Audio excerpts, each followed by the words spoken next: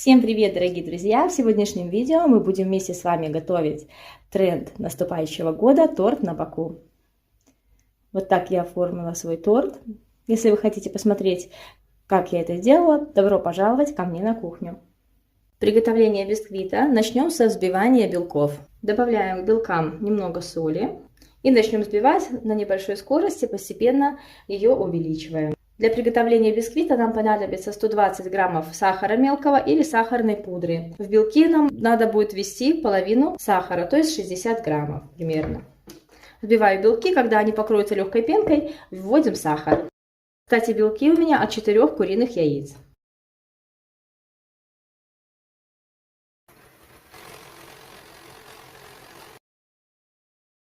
Взбиваем белки до мягких пиков. Слишком сильно их не перезбивайте, иначе потом их сложно будет ввести к основной массе. Белки отставляем пока в сторону. 120 граммов мягкого сливочного масла. Взобьем с оставшейся сахарной пудрой 60 граммов. И прежде чем приступить к взбиванию масла, 90 граммов шоколада растопим в микроволновке или на водяной бане. Греем шоколад импульсами по 15 секунд, постоянно перемешивая.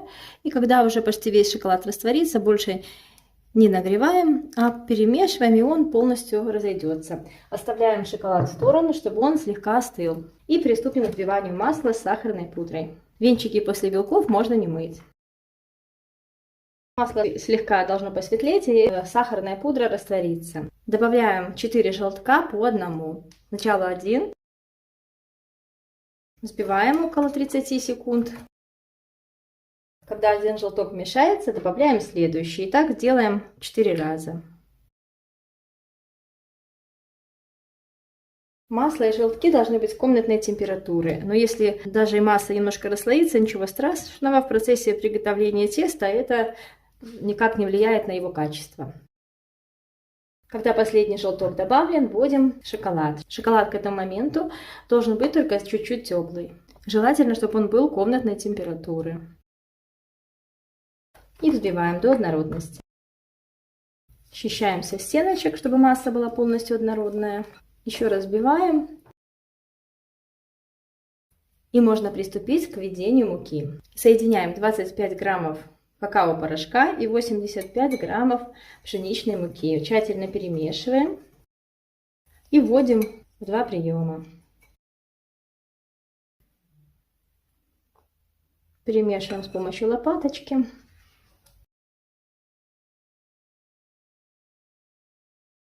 Можно вводить 2, можно вводить 3 приема. Если тяжеловато вмешивается, можно небольшой частью белков пожертвовать, добавить их к тесту. Так мука легче с какао будет вмешиваться в тесто. Муку с какао ввели, и теперь вводим взбитые белки. Я не добавляю в тесто разрыхлитель, оно поднимается благодаря взбитому маслу и белкам. Но если вы боитесь и вам кажется, что у вас не поднимется тесто, то тогда можете добавить в муке 1 чайную ложку разрыхлителя без горки. Одна часть белков введена, вводим вторую.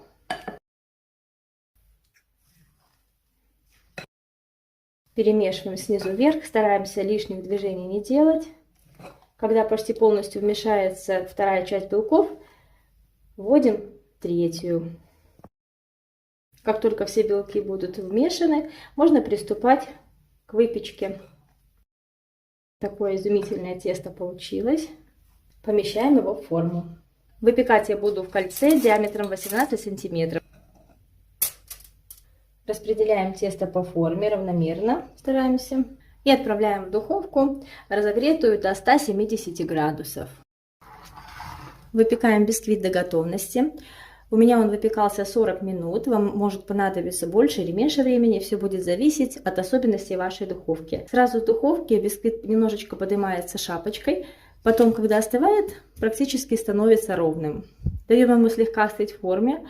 Затем извлекаем из формы и полностью остужаем на решетке. У остывшего бисквита срежу верхушечку, она небольшая абсолютно.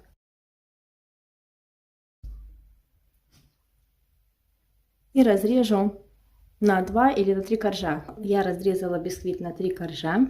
Снимаю цедру с апельсина прямо в ковшик. Снимаю только верхнюю оранжевую часть, потому что нижняя белая горчит. Выжимаю сок из апельсина и выливаю его также в ковшик. У меня 100 граммов апельсинового сока. Добавляю к соку одно небольшое яйцо. У меня второй категории яйца. Тщательно перемешаю до однородности. И сюда же добавляю 100 граммов сгущенного молока хорошего качества, в котором только молоко и сахар. Еще раз перемешиваю и отправляю на плиту. Постоянно перемешивая, доведем смесь до легкого загустения. Пошел уже пар. Сейчас осторожно, потому что кипятить нам смесь не нужно. Все, смесь немножко загустела. Идет пар. Снимаем с огня. Процеживаем через сито. Накрываем пищевой пленкой и даем остыть до комнатной температуры. Масло высокой жирности 82,5%. Взбиваю с помощью миксера на высокой скорости до посветления. Масло должно быть комнатной температуры. На взбивание в высоком ковше, высокой емкости уходит 1-2 минутки. И затем постепенно вводим остывшую заварную основу. И продолжаем взбивать.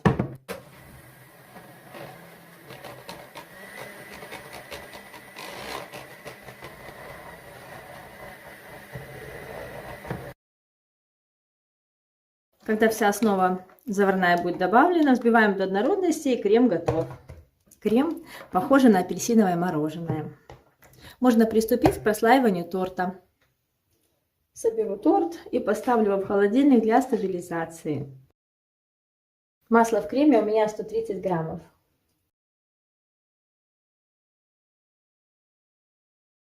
Чтобы торт получился максимально ровным, его было потом удобно нам выравнивать и украшать, помещу его в кольцо. Хотя коржи и так достаточно плотные, и крем достаточно плотный.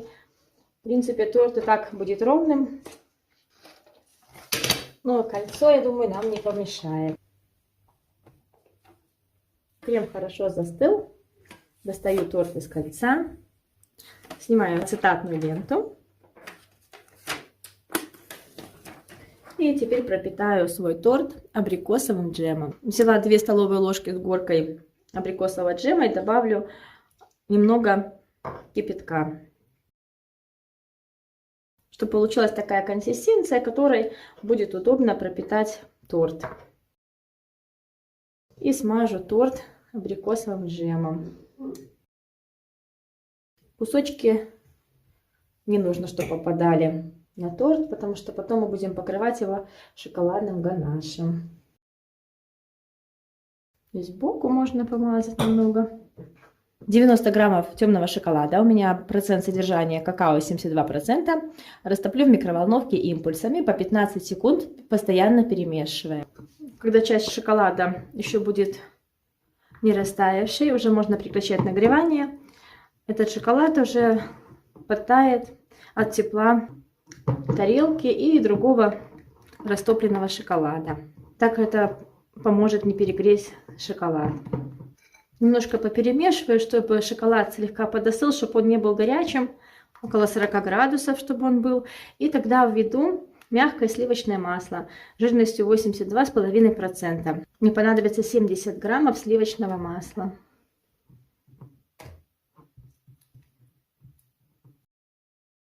И перемешаю с помощью миксера. Вот такой ганаш получается. Оставлю его при комнатной температуре, а затем повторно взобью с помощью миксера, когда он слегка стабилизируется. Ганаш немного уже стабилизировался. Взобью его с помощью миксера. В процессе взбивания счистим со стеночек, чтобы весь ганаш равномерно взбился. Ганаш посветлеет и будет лучше держать форму. Еще разок перемешаю, взобью, и можно будет приступить к выравниванию торта. Покрываем верхушку торта ганашем.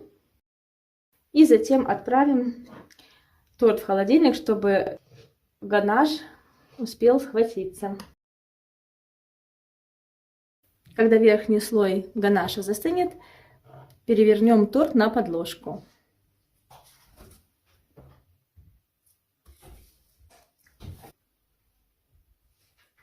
И после этого покрываем весь торт ганашем.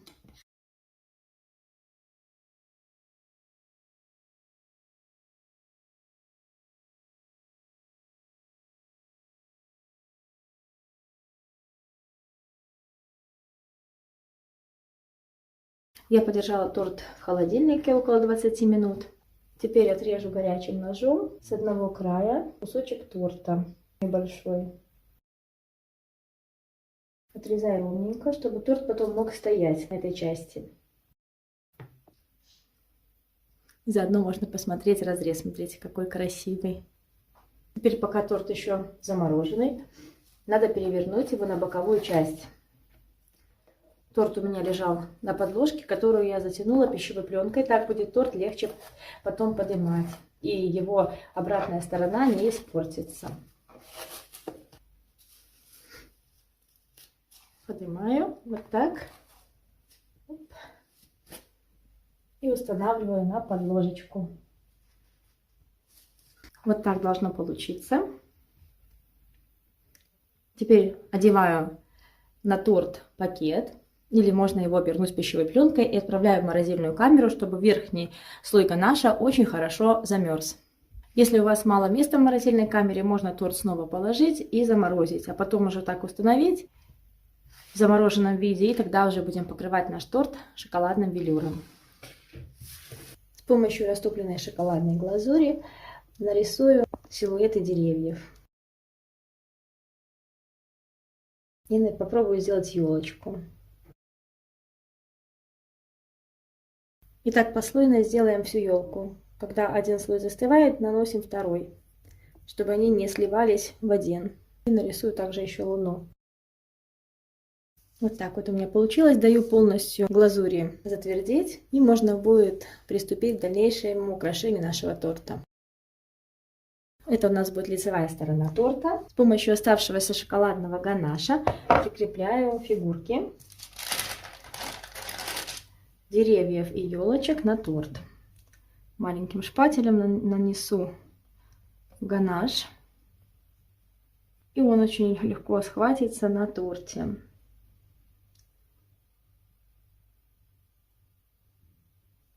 Делаем на торте небольшую такую неровность, текстуру, как будто здесь лежит снег, сугробы. И в самом конце приклеиваем луну. Вот такая заготовочка у меня получилась. Снова отправляю в морозилку и приготовлю шоколадный велюр.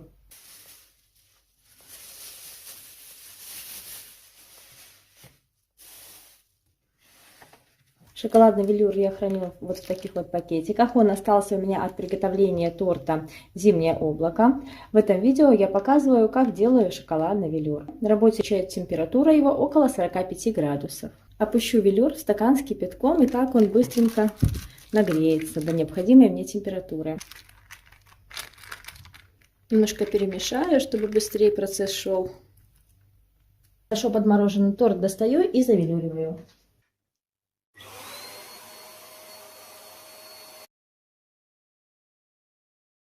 Серебряным кондурином сейчас придам блеск.